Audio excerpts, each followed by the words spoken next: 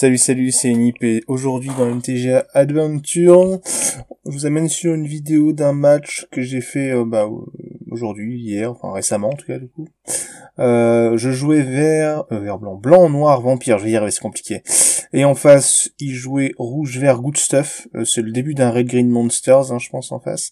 On est au jour 5 de la release de la NDA, donc jour 5 post-wipe. Mon deck vampire, il a bien avancé, c'est un deck que j'apprécie beaucoup jouer. Donc là on voit que je suis sur le draw, et j'ai une main qui est plutôt correcte, j'ouvre avec l'aspirant de 1.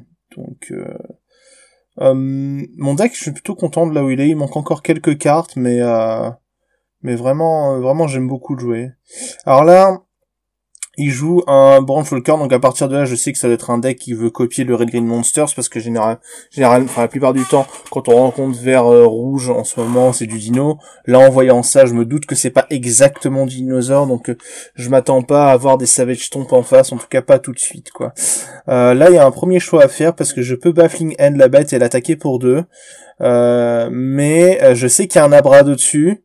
Et je sais que de toute façon, conserver ma 2-2 pour plus tard, ça va l'arranger, en fait, parce que je vais le jouer au 3e tour, je vais pas vraiment curver, ça va pas être terrible. Donc je décide de le jouer tout de suite et de lui proposer le trade. Et là, je veux voir s'il veut tenter d'Abrade tout de suite, parce que s'il Abrade tout de suite, ça me rend service, puisque je reprends l'initiative instantanément. Donc il ne le fait pas, ce qui est un bon play, il met autre chose. Donc là, je vais répondre quasiment parfaitement au Raptor, qui m'aurait posé beaucoup de problèmes si j'avais pas ça, c'est Baffling N. Baffling End, qui est une carte que j'aime beaucoup, que j'aimais beaucoup avant le wipe, que j'aime toujours maintenant. J'en ai 2 exemplaires maintenant, je pense qu'ils ne bougeront pas.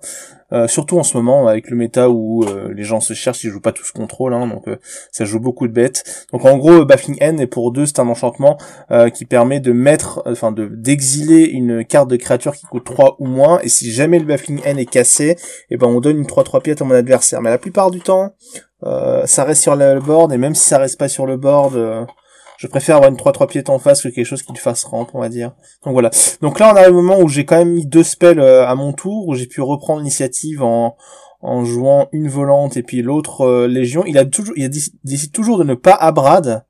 Donc à ce moment-là, j'ai du choix. Je pourrais jouer l'autre lieutenant, là je décide de jouer la Radiant Destiny, c'est uniquement pour une question de curve, mais j'aurais pu jouer le lieutenant pour mettre +1/+1 avec le désert à une bête de plus le prochain tour. Donc c'est très discutable ça. C'est très très très discutable. Là j'ai préféré être vraiment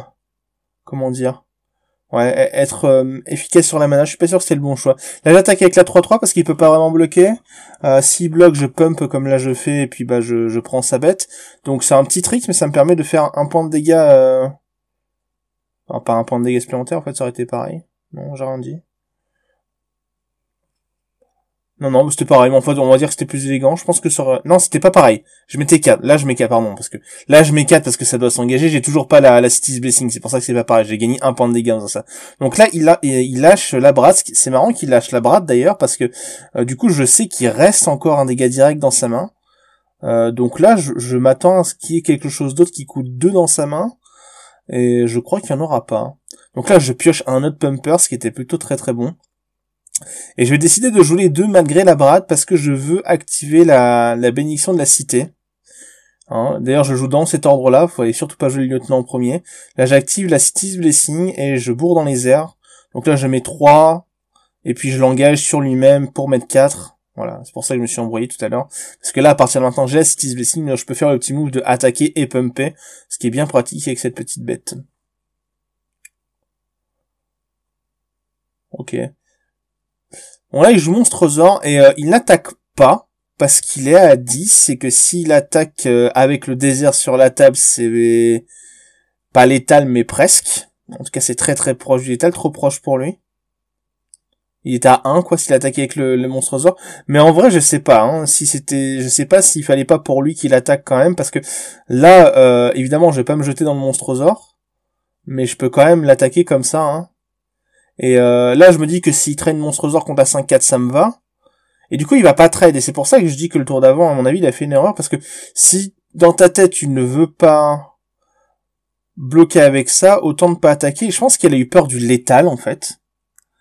Tout simplement. Mais il n'y avait pas létal, en fait, je crois, avec les dunes. C'est-à-dire que même si je jouais les dunes que j'attaquais avec tout, Je jouais les dunes, j'attaquais avec tout, il bloquait pareil et il passait à 1. Non. Ah non, c'est létal. Ah, comme quoi, vous voyez, même en revoyant la vidéo, c'est compliqué. En tout cas, c'est pas si clair. Parce que ça faisait 3... Ça faisait 4 éclats d'une. Non, c'était pas létal, il était à 1. Ça. Il était à 1, en fait. Donc je pense qu'il aurait dû attaquer avec son Monstrosaure, il aurait dû prendre le risque. Avec la brade dans la main et tout, je pense qu'il aurait pu prendre le risque. Dans tous les cas, le fait de ne pas attaquer et de ne pas bloquer avec la bête, c'est assez étrange. Enfin, à mon avis, hein. Parce qu'à partir de là, je sais pas trop ce qu'il attend, en fait. Je sais pas. Peut-être que je dis des bêtises, là, j'ai juste senti que mon adversaire, enfin, je sens juste que mon adversaire, il aurait pu mieux faire. Mais je vous dis, j'ai pas la dernière carte de sa main, j'ai pas toutes les informations, donc, c'est facile de dire et de faire des plans mais, la vérité, c'est que je sais pas, en fait. Donc là, il trade. Mon attaque, elle était discutable aussi. L'idée derrière cette attaque-là, c'est que la seule chose qui pouvait me battre à ce moment-là, c'était un truc genre, je sais pas, un Glorybringer ou une grosse carte avec la sécurité, quelque chose qui me surprenne pour mettre les 14 points de dégâts. Du coup, j'ai mis un lifelink, au cas où. C'était la seule idée derrière l'attaque, là. Mais cette attaque-là, elle m'a pas mis si bien que ça, quoi. Bah, moi, là, je crois qu'il concede. Mais je suis pas sûr que c'était un bon choix. Voilà. Voilà, il concede finalement. Donc il a pas trouvé ce qu'il fallait. J'ai le sentiment qu'il a trop gardé son comment ça s'appelle, le truc qui colle 5 pour 3 là, enfin 4 pour 3. Il l'a pas dépensé, du coup il s'est fait dépasser. Donc là je vous affiche la decklist pour ceux qui sont intéressés. Donc voilà, donc même dans les commentaires en revoyant la partie, je suis pas complètement sûr de quelle ligne de jeu était bonne ou pas.